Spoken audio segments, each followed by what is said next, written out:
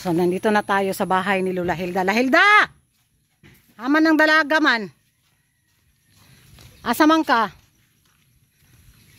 La Hilda! Nagunsama ka diya sa silong. Ali, hinabang. Dali, diri. Gawasa. Nagkuanday sila. Nagmuni-muni pala si Lola Hilda sa kanyang underground. So, dali la. Nahinabang la.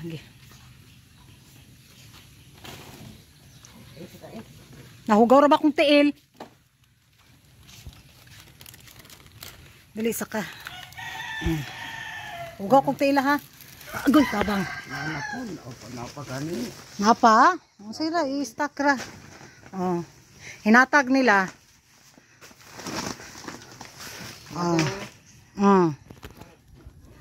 Nakay biskwit. Napakay biskwit. Duhan lang kabuok. Ha?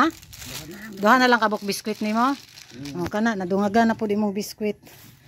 Nalapog kay ko gatas. Gatas na ko, napay-upat kabuok. Napakayupat. So, igo-igo na hurot. Nakalindugay pa rin mahurot. Okay to na mahurot. Then, imong kape? Napaon. Napay kape. Sabi na. Napay sa kakilong asukar. Taon, salamat ni taon. Tabangan. Nag-isda. Napakay-isda. Ipadalaan to mag-isda ni Ilbe. Tapon. Kana, lungat na. Dahil napakay bugas. Gamay na lang. Bugas ni mo. So, yan. Ang kuana na, naghatag ana sa imuha. Para yun na sa imuha. So, para yun sa tigulang. Para yun na sa tigulang nga, virgin. Ay, tagi mo ko pangitaan po. Mangita taga pa. Mangita ta, sige. Ay, pangitaan ta jud ka. Ay, buyag. Ngita tag kuan mo bana. Salamat talaga itaw kay nga imo kong gitabangan. Dili kuan man nala, kuan na siya hinatag na sa mga tawo nakakita bitaw sa imuha sa akong vlog dayon. Ako pong gihatod pod ang ilang gihatag para pod nimo. Ay. Sa may kasulti? Ha? Sa may kasulti nila. Salamat itaw ko nga ira kong gitabangan. Karag na panood na ninyo ang Chismis with Coast natin. Kung hindi nyo pa napanood, Ito ko magpasalamat sa pageant, chika, kay Kuya Andy. Siya yung nag-abot ng tulong para kay Lola Hilda at kay Hilin. Kung hindi nyo pa napanood ang misinformation sa Contensera of Pageantry, nako, panoorin nyo mga karag-karag, maaliw kayo, magkaroon kayo ng idea, ay, oo nga pala, ang dami mga information na kahit akong chismosa, hindi ko rin alam. So, panoorin nyo at subscribe na rin kayo sa YouTube channel ng Pageant Chika ni Kuya Andy at kay Sir Primo ng Contensera of Pageantry. May mga pasabog na mga sila doon, mga karag-karag, mga true to life story. Tanggap ni Lola Hilda at ni Hilin yung binigay niya ni Kuya Andy ng Pageant Chika. So gusto ko magpasalamat talaga mula sa aking bagol-bagol atay batikulon kay Kuya Andy.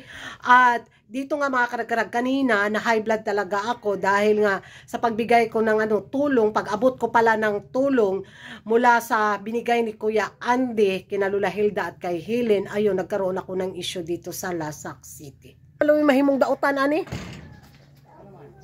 Kay kuan lagi ter kanang kay kanilaging kuan mo na gilimsan daw ang buhi pa. Ug sila ning tabang sa ilang kaliwat. Nag-vlog na jud ko sa YouTube. Na kinaamay nakitaan man ang mga tiguwang. Di, na ining hatag og tabang. Alam ba po na kung kano na ilang gitabang? Ipang-atay lang sila. Kinalagi nagkuan ang nagkuan ba nga? Ngano daw limsang buhi pa. Kay wala na ko gi-vlog ng mga tiguwang di ana. Nay na nahuna sa mga tiguwang. Ako pa may nahinimong dautan, gipang-ahak lang. Unsa na madam? Kay kana lagi daw gilimsan ng buhi pa. Isa nag-ingon. Ang mga kaliwat. Kana kung pag-vlog jud wa joy labot na sila. Sa tinuod lang la. Sa tinuod wa jud na sila ilabot. Kanang kuan nag-vlog ra ko kay beauty pageant. Dai nakakita ningon. Kuragan ihinabang ni sa mga tiguwang. Ako pong gihatag ang hinabang, alamang akong ipang-snack, ipang-kanon. Bugo man ang mga tao ha, kasi na. Gipangahak lang sila uroy. Wala kasabot. Maka Video rin, nakasabot ka. Kaya nakarang uban. Wala. magpasalamat gani sila na nihatag og tabang. Nakita ba sila sa sitwasyon sa ilang kuan? Sa ilang kaliwat diha, ug unsay gikaon? Unsay gilungagan? Di magpakuanay, wa man po sila kahatag kag tabang, di sila magkinuan kay ang kanang hinabang gihatag man na. Ako may nahimong nung dautan, magundang ta. Magundang tag hatag og hinabang. Ingnon ako mga subscribers sa YouTube, di na kong dawat og mga donasyon. Kaya ako may nahimong dautan. Ning tabang ra ko. Pwede ko na i-apel di ay. Nga, oh, nakasabot na mong anak. Nakasabot ka. Oh, dahil mangita lang tag-apam nimo.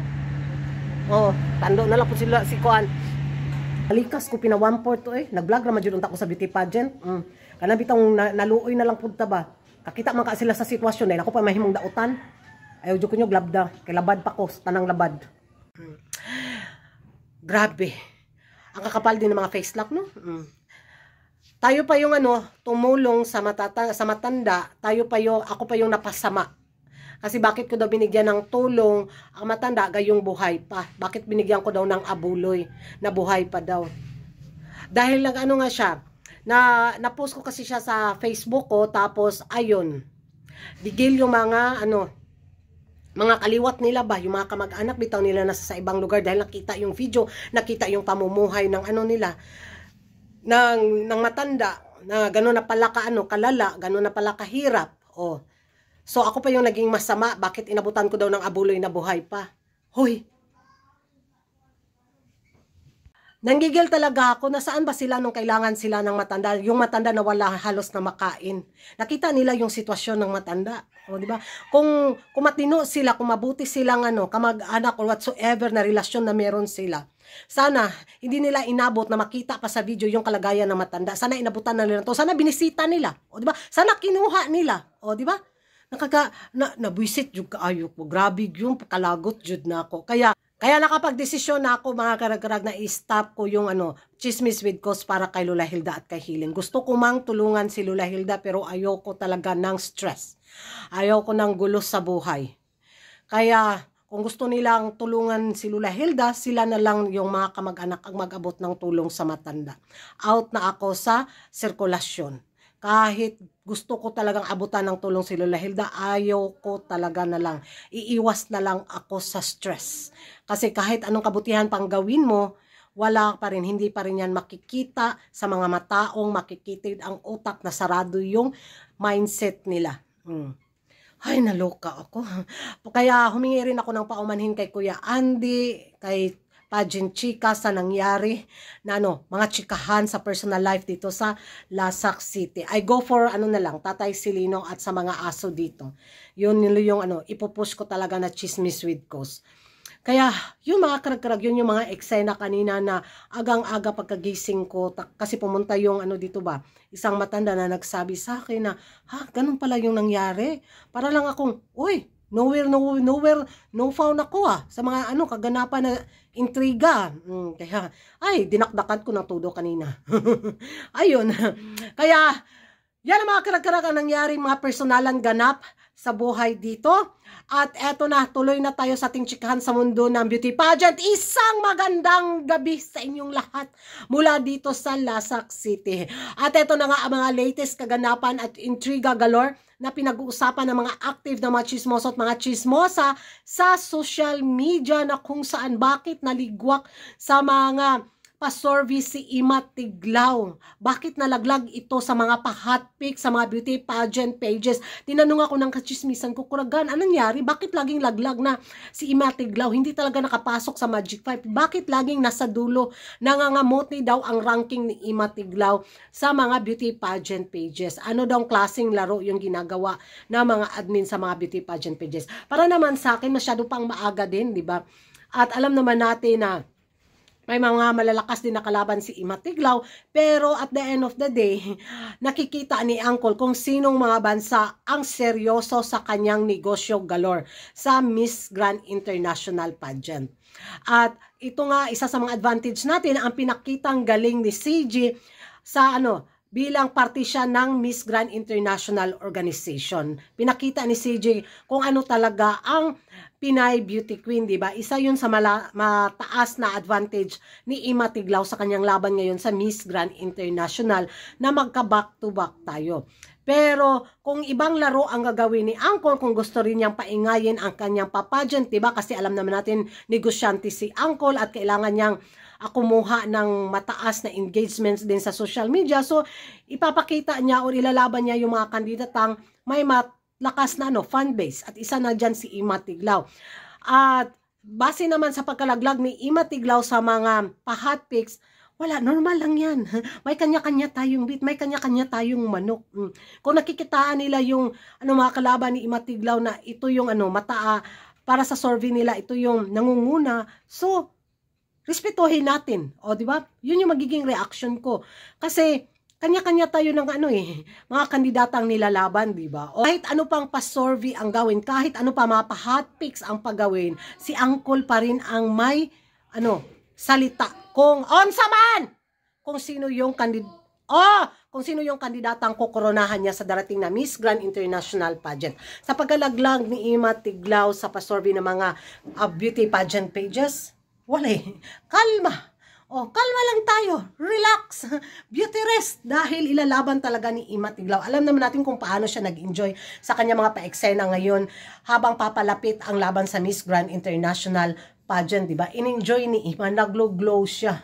So, yan lang ang magiging reaction ko mga karag-karag. Ewan ko sa inyo kung ano yung magiging komento ninyo. Sa tempa sa akin, mag-ending na ko! Kung ano yung magiging komento ninyo sa pagkalaglag ni Ima Tiglao sa mga pa-survey sa mga beauty pageant pages. Sa tingin nyo mga karag-karag, makausad kaya si Ima Tiglao sa back-to-back na crown ng Pilipinas sa Miss Grand International 2025? Mag-ingay tayo sa comment section. At kung hindi ka pa nakapag-subscribe sa YouTube channel ko, don't forget to like and subscribe ko lagan karag and hit the notification bell para updated kayo sa mga latest kaganapan at late na intriga sa mundo ng beauty pageant. Thank you for watching. Bye-bye. Unsa man ninyo ha? Tara Unsa man? movie. Ako kay illustration board.